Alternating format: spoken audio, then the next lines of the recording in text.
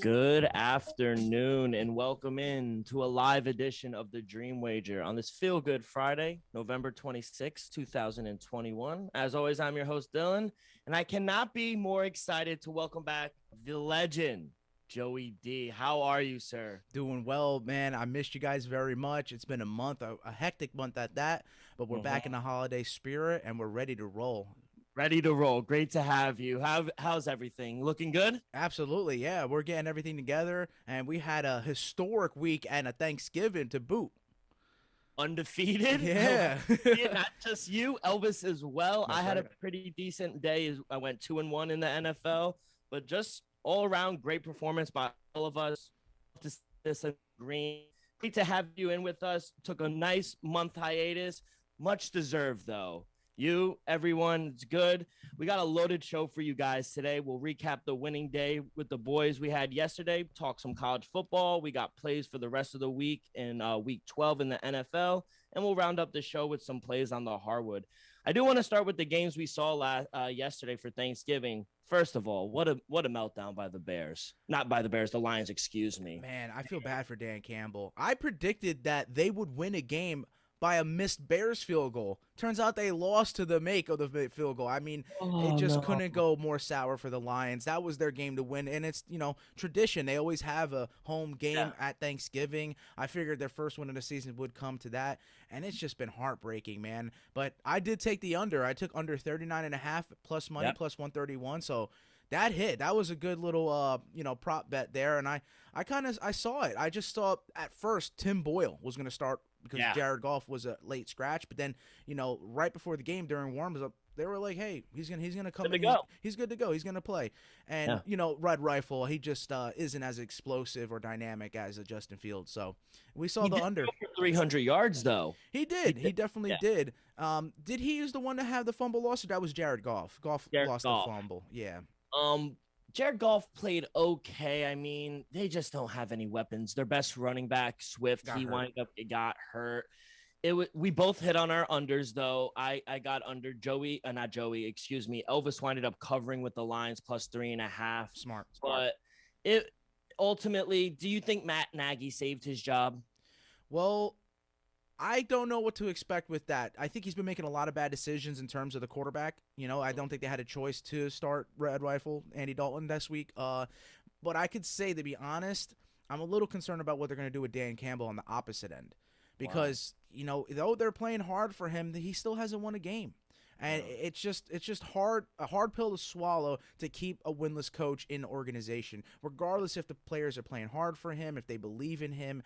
It's just the organization is going to make a decision about that. And like I said, I feel bad for Dan Campbell. As for Matt Nagy, I don't know what to expect from that situation. To be, in my honest opinion, I think they should get rid of him. I think they should go in another direction.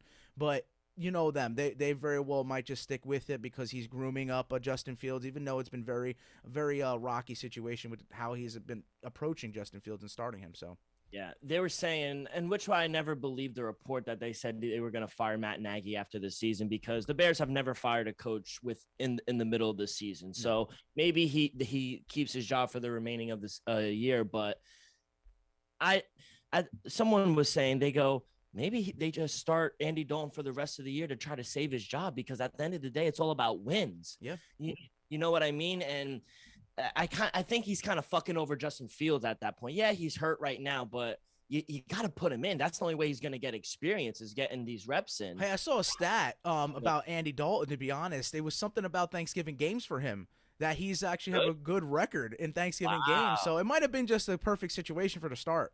Yeah, absolutely. But yeah, on the Dan Campbell situation, I think he needs like 2 or 3 more drafts. He needs more players. The O line is solid. They have a good running back. They need a quarterback. Jared Goff is not it. Not it. And they need weapons on the outside. Defensively, they're not that bad. They've lost what, 6 or 7 one-score games, so they're not getting blown out.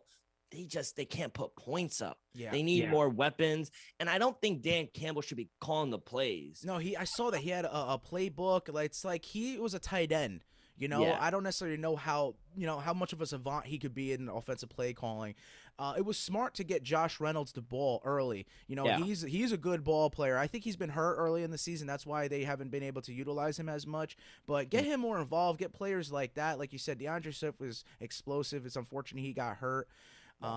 But yeah, they give him another draft. I don't think you get rid of Dan Campbell, especially if he gets the players that he likes, because that offensive line is being built the right way. So there's a Yeah. start for them. It's just they need they need tools, they need weapons. Yeah, absolutely. Let's go to the second game. The Raiders. Good call. Money line. Everybody called me crazy. I'll be honest. Even my cousin, who's a diehard Raiders fan, said, I don't think they got this one. And I was like, I'm sticking with them. I got faith. I think the Raiders will pull this one out. They needed to win badly. That AFC West is a competitive division, and I think they're going to be in there till the end. You know what I mean? I think, Rich Bisaccia, right? Bisaccia, is that the proper pronunciation? Bisaccia, yep. I think he's a good head coach. I don't think they're going to keep him there and not going to keep him as a head coach in terms of next season, but I think he'll ride out the rest, and I think they could stay above. I think Elvis's prediction at the beginning of the season is going to be right. They're going to be above 500. I think they're going to be 6-5 right now. 9-8 is what it's looking like. And with all the turmoil that they've had to deal with Gruden, Henry Ruggs, and then another player with an incident, it's just all that stuff, and they're still coming out and playing hard. Deshaun Jackson, is he back? Yeah, he's got to be back, man. When I saw him run that touchdown, I was like, that's Deshaun Jackson. I know Deshaun Jackson when I see him. I'm glad they got him because they need him, especially now it seems Darren Waller might be out for the year. That was a bad little knee injury he had, and Josh Jacobs wound up pulling up with a hammy, it seemed, at the end of the game. So they're just having one issue after another. I just hope that the culture of the Raiders, stays strong and that they, keep playing for Rich Bisaccia and the rest of the organization. Derek Carr had a good game, threw for over 370 yards, but your boy, Hunter Renfrow, is a beast. Absolutely. 8 catches, 134 yards. And punt and return kicks. You know what I'm saying? The man could do it all, literally. And he's Derek Carr said he runs every route perfect. Yeah. Like, you got to have that guy on your team that could do anything. He could block. He's not the biggest. He's not the strongest, but he gets open. He has good footwork, and he could catch the ball. I got a story for you and information that I've learned over the past month. He actually is from this area that I'm at. He's from the Sockasty area, went to high school there, and he played quarterback. And he got approached to play for Furman, a couple other small-name schools as a quarterback, but he wanted to go to Clemson, or at least that Clemson scouted him. And he wanted to go there, but obviously as a quarterback, there wasn't much room for him there. And he walked on as a receiver. They asked him, what can you do? Can I walk on? And he did as a receiver, and the rest is history. The man was catching national championship touchdown game-winning passes by Deshaun Watson and Trevor Lawrence. So look at him now. Perfect route runner, the epitome of a slot receiver. Hunter Renfrow, he's a A1 receiver, I think. Yeah, absolutely. You can't say enough good things about Hunter Renfrow. But, yeah, good win. And are the Cowboys in trouble? Lost 3 in a row now? No, I think it's just a bad stretch. Dak came back from injury. They did pick up that win. But you're right. Dropping 3 straight doesn't seem the best for them, but they play in that division is theirs. They play in a weak division. Yeah. I think the only one nipping at their heels kind of is the Eagles. But I think it's Eagles are kind of making a run. But, yeah, no, I think they got the NFC least. They're going to win the division. They can still be the 4th seed in the playoffs picture, so. But they need to turn it around. Too many penalties. What was it, 28 in the whole game? Yeah, it was bad. I think refs were maybe trying to take control on a Thanksgiving game, make it about them. Could have been. But they just have to – I don't know is this a Mike McCarthy issue, you think, that, he doesn't have that much control over the team or that much discipline with his players? Because – I don't necessarily see the defense slacking. Micah Parsons was all over the field. Trayvon Diggs was all over the field. The defense doesn't seem to have let up too much. The offense doesn't seem to have taken a foot off the pedal. So maybe it is Mike McCarthy. I don't know. What is your opinion? No, there was this one of the D-backs. I forgot his name. Anthony Brown or whatever. 4 PIs on him. I've never seen that in the NFL. That's what lost them the game too. You have they were going after him, rightfully so. Yep. His head wasn't turned. It was just bad form. And then he's looking at the refs like, "Oh, it's on me." Yeah, no shit, it's on you. Wake up.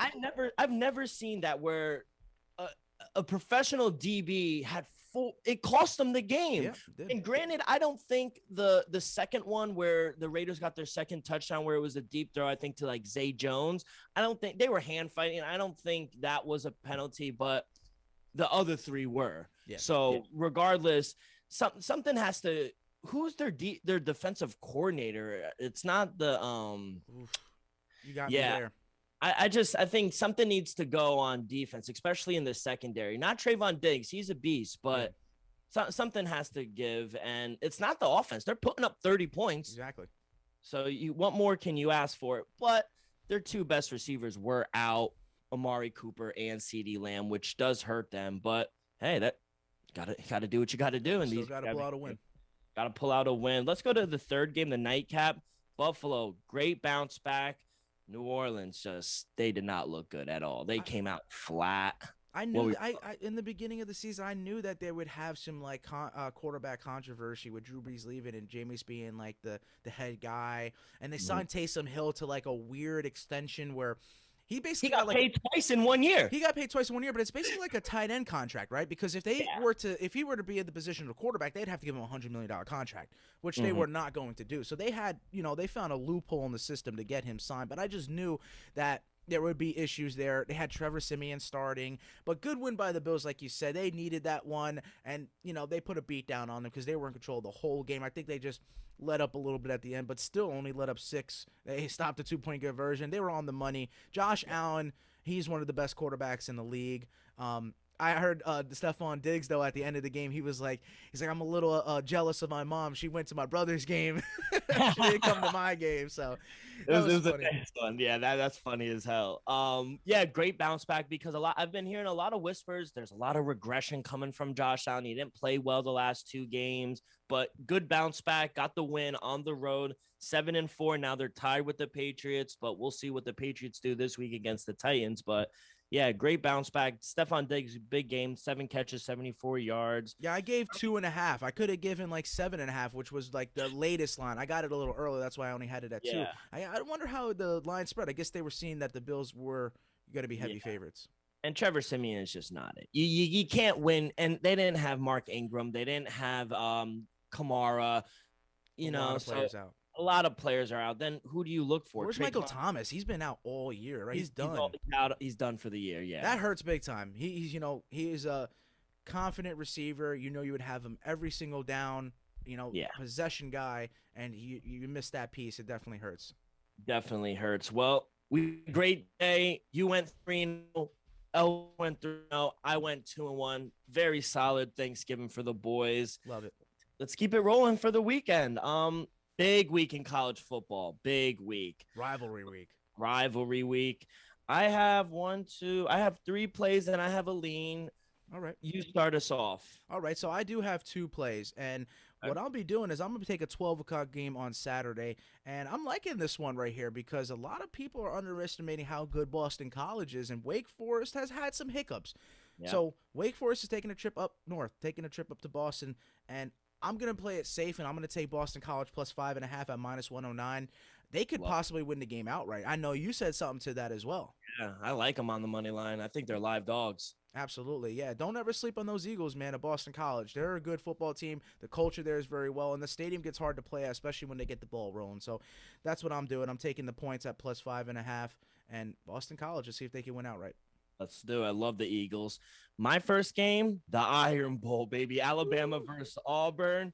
I'm going over 55.5 at -110. Bama's offense, they're going to get theirs. They average 42 points per game. And Auburn's defense, they're not good at all. They give up 60 points in their last 2 games against South Carolina and Mississippi State. 2 bad teams, in my opinion.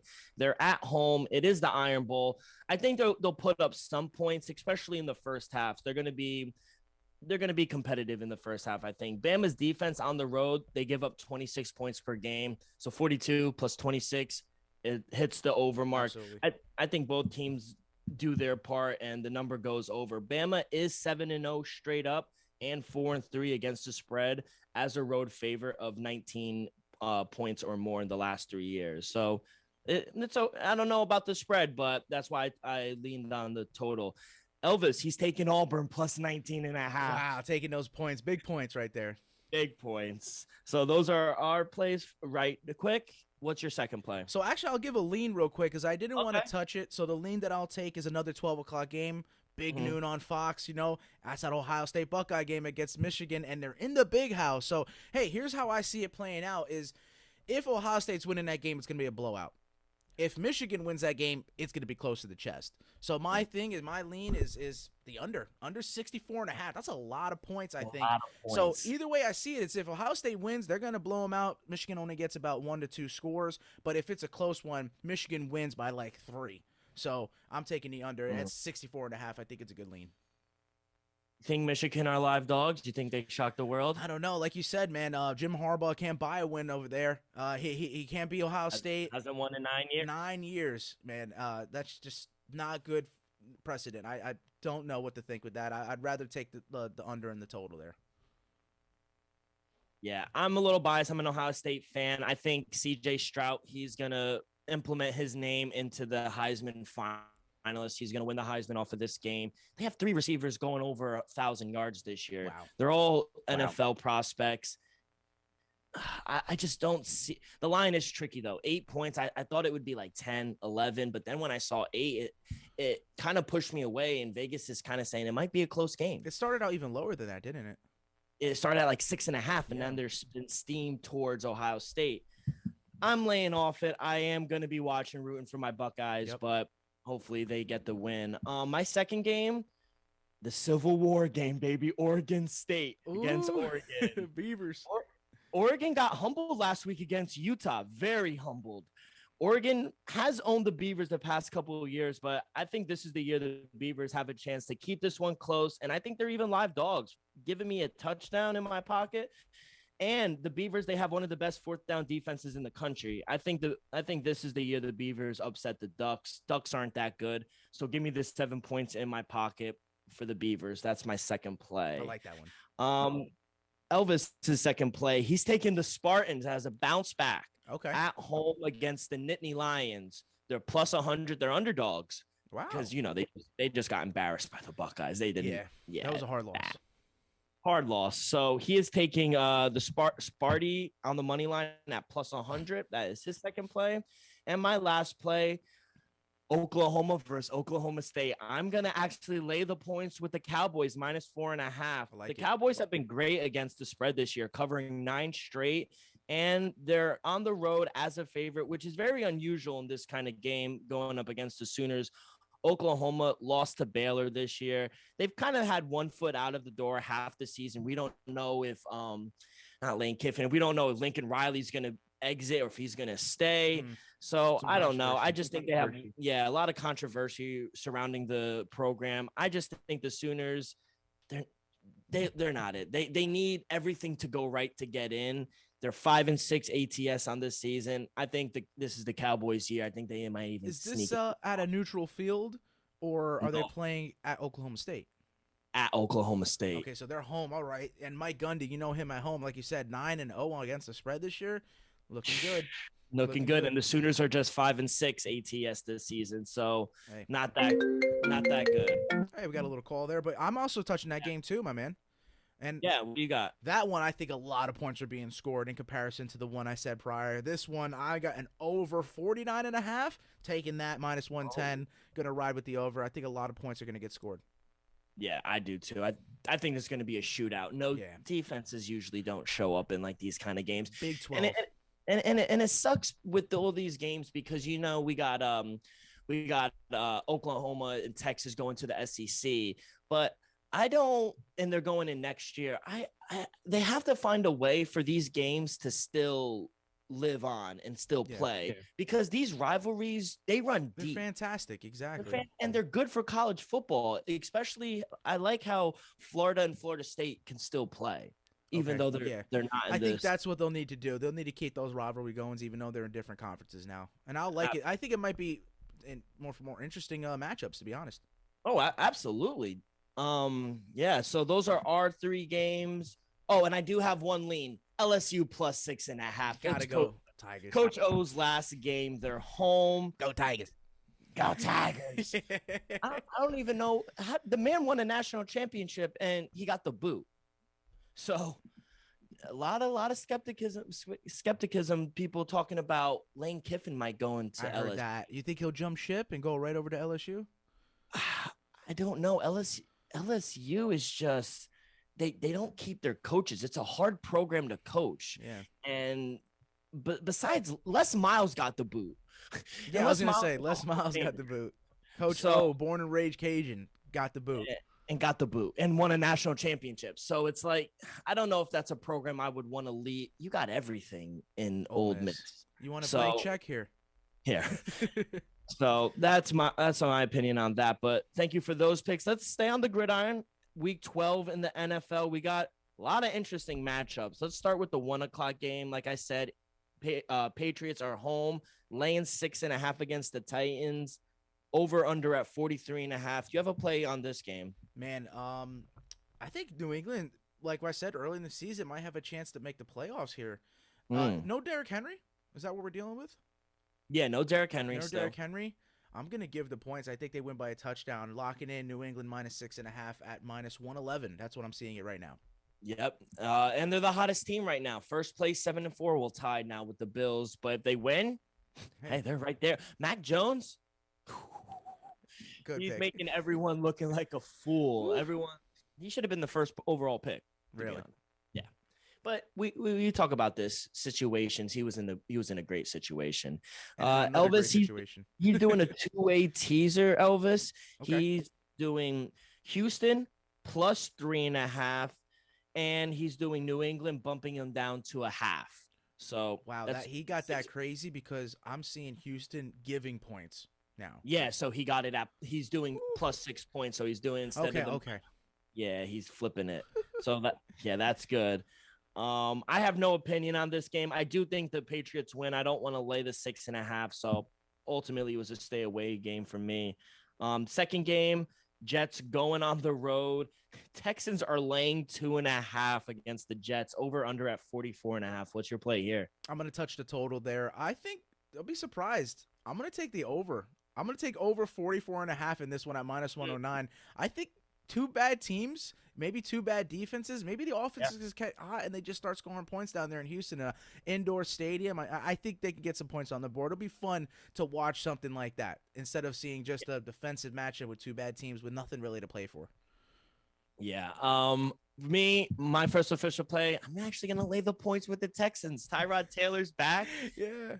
Zach Wilson's back, but you don't know how he's going to perform. True. He's been out for 3-4 weeks. Michael Carter Jr., he's out for 2 to 3 weeks, sprained ankle.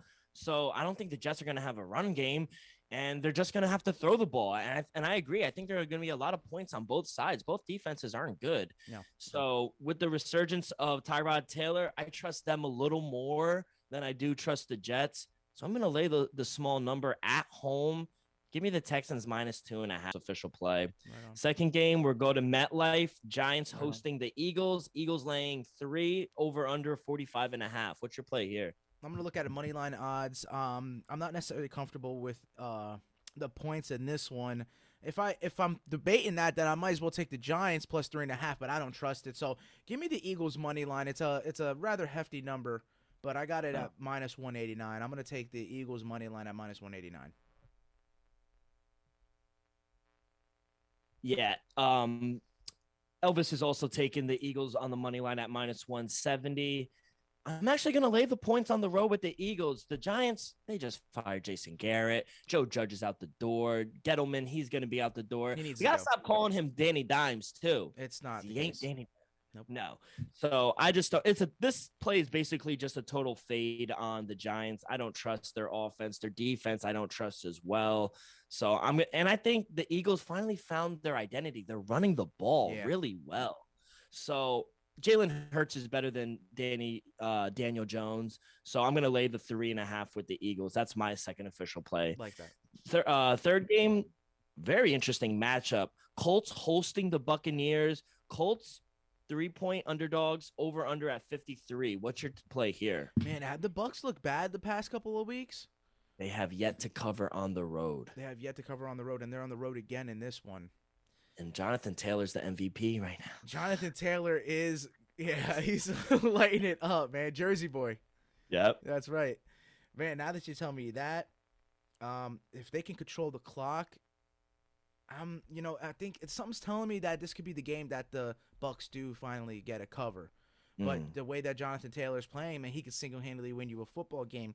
If they control the clock, they keep the Bucks offense off the field, Mm. but the Bucks can find a way to win. I'm not comfortable in taking a side. I'm gonna roll with the under here. Yeah. And right now it's at 53, but I'm going to go ahead and drop it back down. I'm going to alternate spread it to 51.5. That gives me odds of plus 103. Not too bad. Ooh, Yeah. not too bad. No, two great defenses that are actually getting healthier, I think. So I do like the play. And Colts aren't a big passing team, which is Yes. the Buccaneers' weakness on defense. They're run heavy. So I do like that. Everything's telling me to take the points with the Colts. Everything. But it was ultimate. No. Plus a 3 in my pocket. Got you. I don't know. They're finally healthy. Quentin Nelson's healthy. Their O line. Carson Wentz is playing good. Jonathan Taylor's he's the best running back in the league. Yep. Everything's telling me to take the Colts. It was ultimately a stay away game. I want to watch the game, so that's just gonna enjoy. I don't want to sweat it. Okay. So Elvis is actually taking the Bucks on the money line at minus 135. He got it a little early, so that's his play. Let's go to the fourth game. We got the Falcons on the road in Jacksonville.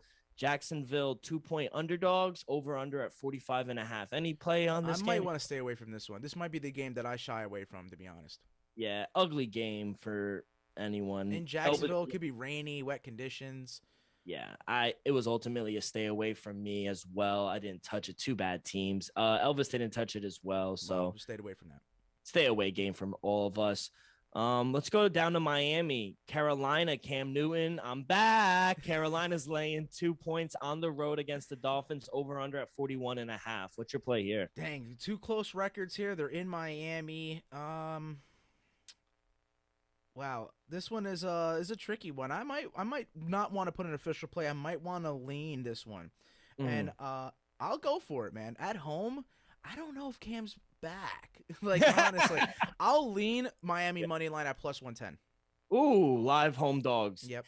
They do play good at Hard Rocks. Elvis doesn't have a play here. It was ultimately a stay away. It was either gonna take the points with the Dolphins or because I agree. I don't think Cam didn't play that well against a Washington team that I thought he should have beat. And when they won the game he returned, Kyler wasn't playing, right? No, they were on the road and yeah, they won, but Christian McCaffrey is back, but they're just leaning on him a little too much, I think. He'll be out another 3-4 weeks again. Like, you can't do that. No, you can't do that. Yeah, so it was ultimately a stay away for me as well. Another stay away game. Yep. Let's go to the Steelers on the road, Cincinnati. Bengals laying 4, over under at 45. What's your play here? I like plus money. Bengals are going to let this one slip. I'm taking Pittsburgh money line at plus 160. Wow. Yeah. Elvis is kind of on the same side, but he's going to take the 4.5 points in his pocket with the Steelers. Okay. So, yeah, you guys are on the same side on this one. It was ultimately another stay away from me. Yeah, I hate laying points with the Bengals. They're better as an underdog team. So hopefully they come out and they show something because this is a good rivalry in division game. So let's see what happens there. Let's go to the 4:00 games. Chargers going to Mile High. Chargers laying 2.5, over under at 47.5. Any play here? Yeah, I'm gonna lay the points. I'm gonna take Chargers. I think they're a better team at this point in time, though they've struggled as of late. I think the Broncos have struggled mightily in comparison. So I'll take the better team as what I see as an eye perspective, and take the Chargers minus 2.5 here at minus 115. So it's a little, That's good. Elvis, he took the Chargers on the money line. Me, it's probably the most square pick, but I don't care. I'm going to lay the points with the Chargers as well. Chargers just survived last Sunday against the Steelers. Justin Herbert and the Bolts, they put up some serious yards and points against a good Steelers defense, which doesn't bode well for the Broncos defense this week. They ranked 26 in the league in yards per play. So they had no answers for the Eagles offense the week before. The Chargers offense ranks 3rd in the league. And if they could get rolling against the Broncos defense, they're going to be in for a long night, I think. I got to roll with the better team, the Chargers. the Broncos, they're just 2-5 against the spread in their last 7. Gonna roll with the Chargers minus two and Yeah, a half. Herbert's good. Eckler's a weapon. Eckler might be leading the league in all-purpose yards, if I'm correct. Like he he's catches it, yeah, receive, he does everything. yes, he does. And he it doesn't look that big. Like he's No. solid. He's like but Danny Woodson kind of, you know what I'm saying? Yeah, Woodhead. Woodhead. When they had Darren Sproles, like, you know what I mean? Yeah, One of those guys. he's a beast though. I have him on fantasy, and Austin Eckler does everything for you. Let's go to the next 426 game. We have Minnesota going to Santa Clara in San Francisco. 49ers laying 3, over under at 49. What's your play here? You know what? I think the official play, I'll play it here, is I'm going to take the under 49 here. Normally I'm an over guy, but something's telling me that it's going to be an under game in this one. I don't know the weather conditions out there in San Francisco. Maybe it's shiny, sunshiny and all that, but I think both the defenses might be better than the offenses. Though they have weapons on the offensive side of the ball, I think both these defenses actually are better than their offenses. So the under might be a safer bet. So I'll take under 49 at minus 110.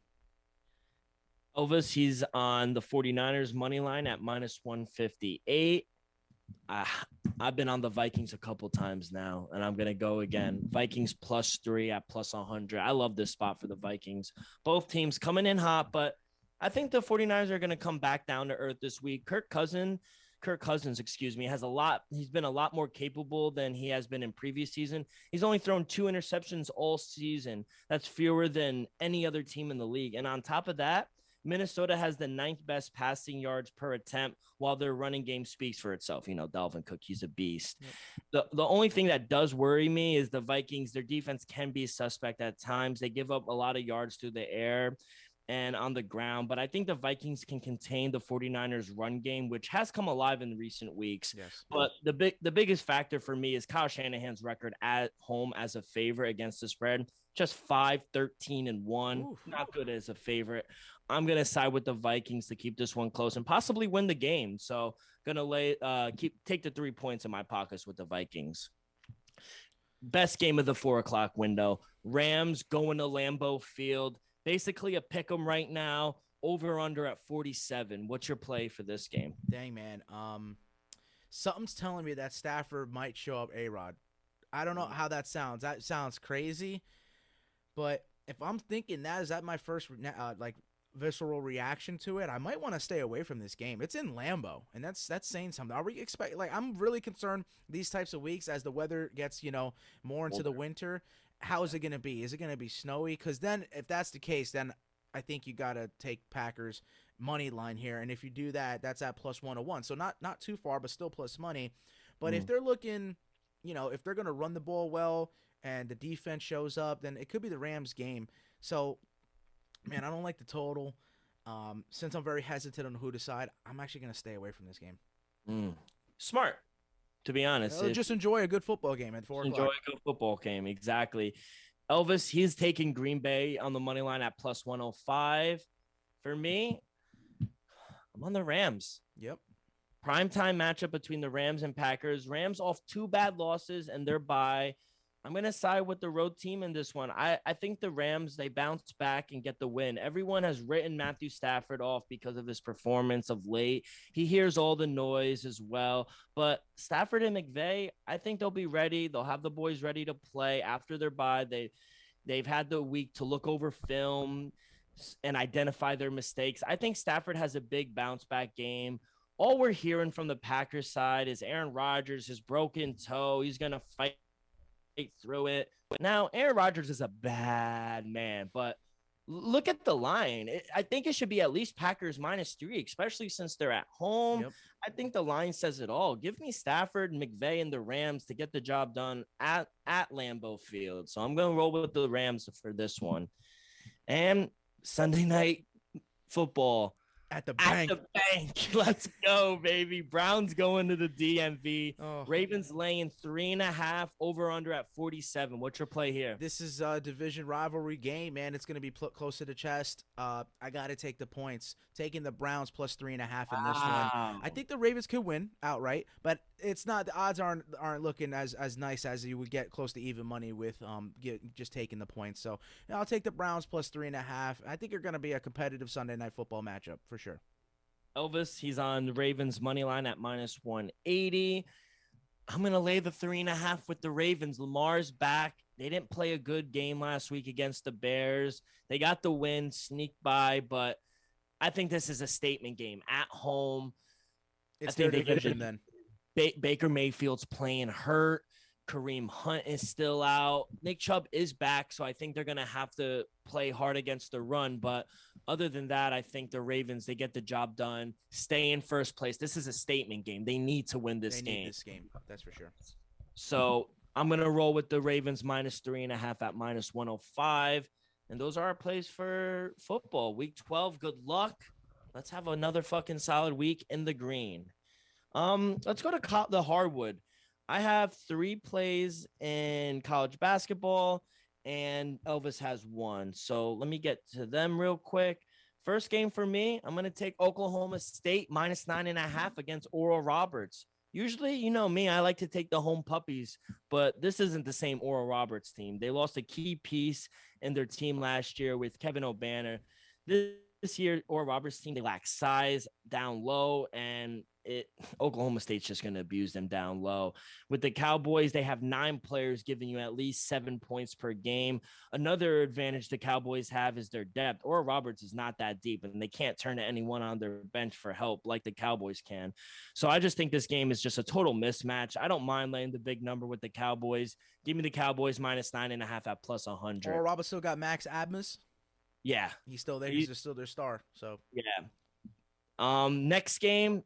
This is the game of the night. The Dukies, baby, against Gonzaga. Elvis is fading me. Elvis is going to lay the 7.5 with the Zags at minus 135. Big chalk. I'm actually going to take the 8 points with the Duke Blue Devils at minus 110.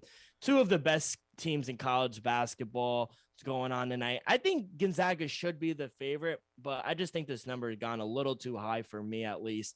I'm going to take the 8 points in my pockets with the Blue Devils. Andrew Nunbar, he's probably the best point guard in the country for the Zags. 10 points per game, 5 assists, and he does a good job not turning the ball over. Then you have the big duo, Drew Timme and Chet Holmgren. Holmgren's projected to go the number 1 pick. Drew Timme seems like a 40-year-old man. How is he still in college? He's still. It's like not DiVincenzo. It's like the Villanova guard. They think he's like 7 years in the league. But no, the 2 big duo for the Zags, they do a great job clearing the glass up. And now for the Blue Devils, Pablo Banchero, he's been lights out this season. 18 points per game, 8 rebounds, and he could shoot the 3. Pair him up with a guy like Wendell Moore Jr., who already had a triple-double this season and almost went for another one against Citadel. So this is just one of the best Duke teams I've seen in recent years. They don't turn the ball over. They have a bunch of guys that could score the ball. I think it's going to be a high-tempo, high-scoring game. I'm just going to go with the Blue Devils. Give me 8 points in my pocket. The Dukies, baby. Great. Dickie V's got to be calling that game.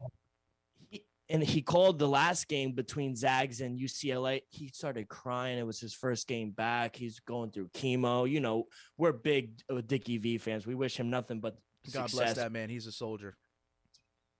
Warrior. Yep.